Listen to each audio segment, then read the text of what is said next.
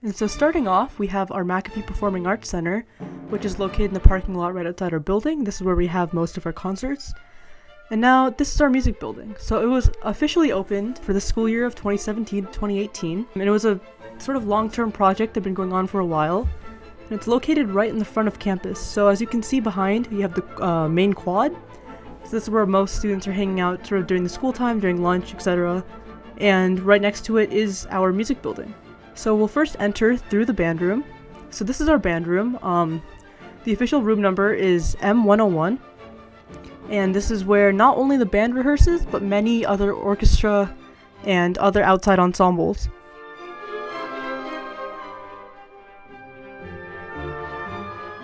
And so, as you can see, sort of the changing in lighting is caused by these blinds that are coming down from the roof. And it's these blinds that allow orchestras to rehearse more comfortably when there is a lot of sun outside or there are weird changes in weather. In addition to the blinds, there are 2 projector screens that also go down, and this allows our directors to show us different concert recordings or calendars during rehearsal time. Scattered around the room are stand and chair racks, and so this is where a lot of the equipment that is necessary for rehearsal is stored.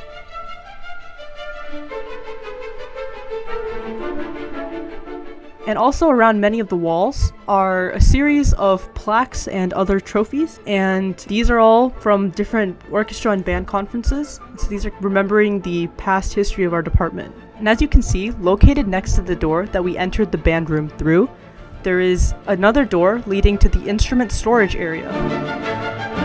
And inside the instrument storage area, there is yet another door that leads to the outside. And so this is a door that is often used for students who are dropping off their instruments early in the morning before rehearsals. There is also a TV screen that showcases many important announcements or different schedules depending on what events may be going on in the building. This instrument storage area has 2 main hallways. So as you can see on this left side hallway, some of the larger instruments are kept at the end, and then there's another one which serves as a main hallway for the building in addition to storing instruments. So this instrument storage area is affectionately called the Pound, because it bears a likeness to a dog pound. There are many different sizes of storage lockers here, so there are a lot of smaller ones for either guard students or piccolos or flutes, and then there are larger ones for some of the larger brass instruments. So just past the Pound, we have our percussion storage area, and this is where percussion stores some of the smaller things that they do not keep in their own room, and some of the larger band items, such as large tuba mutes and whatnot, are also stored here.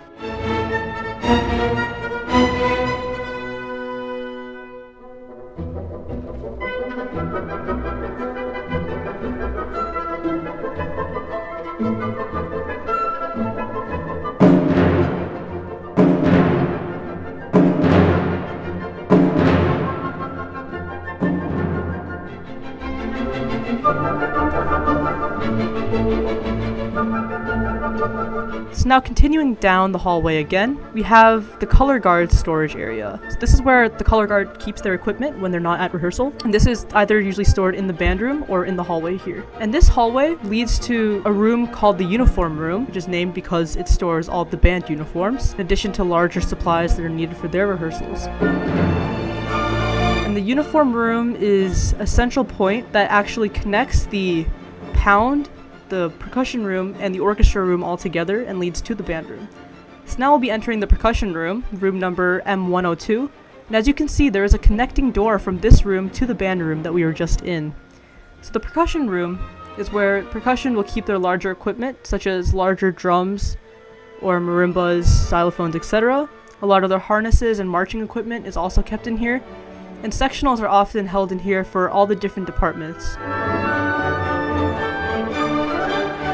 Now the percussion room also has a connecting door that leads to the orchestra room. And the orchestra room is where orchestra ensembles both store their instruments and hold rehearsals. So as you can see along the back wall, we have a row of basses, and these are school-issued basses because it's inconvenient for students to bring their own to school. Similarly, there are racks of cellos that are assigned to 1 or 2 students, so that cellists do not have to bring their instruments to school either. The orchestra room, just like the band room, also has a sliding down projector screen to allow directors to show show different things during rehearsals. And just like the band room, there are many items that are used for storage, such as stand and chair racks.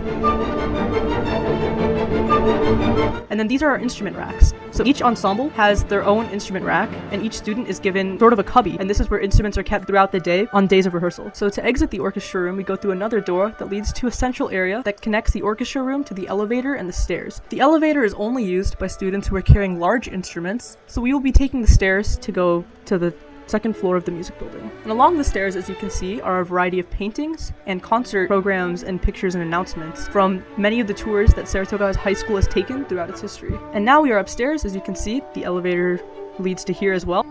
To the right of the elevator, we have our first practice room. It's a long room, and these practice rooms, the bigger ones, are often used for sectionals.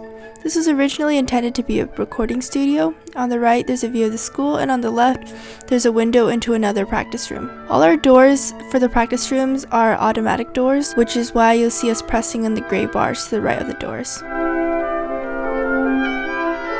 This is our choir room, or M206. While this is primarily where choir rehearses, we also sometimes have sectionals in here for orchestra.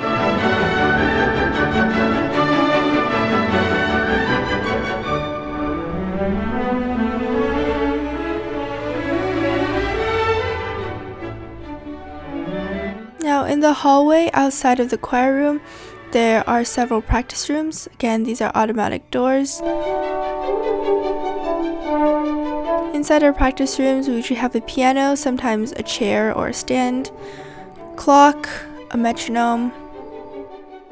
In the hallway across from the practice rooms are pictures of all our music department groups. So these are some of our orchestra pictures.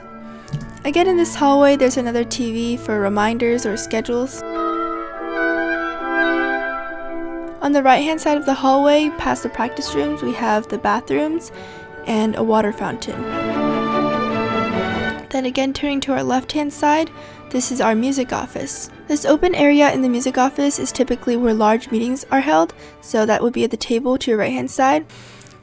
There's also coffee maker, microwave, sink, and our pantry.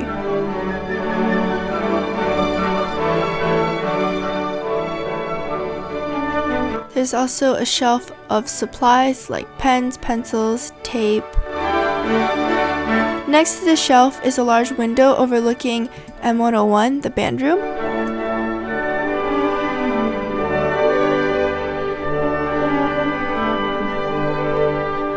The first desk in the music office is Mrs. Hasegawa, our office assistant's desk. It's directly facing the music office entrance. On her desk, you'll find the binders of information and outbox and inbox for staff. In the back, this is Dr. Felder, our AP Music Theory teacher's desk. Then Mr. Ford, our choral director's desk. Next to the teacher cubicles are a row of music score shelving.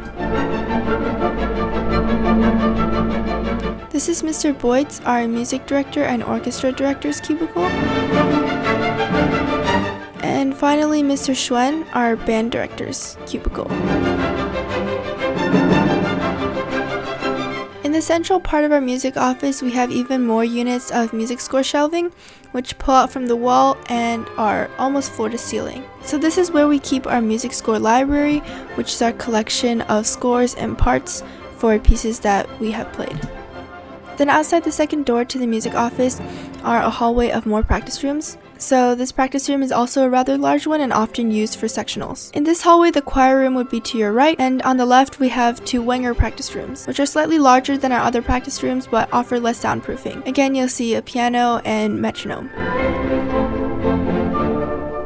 Exiting through this door, we again find ourselves in the main hallway, and this time we will take the elevator down.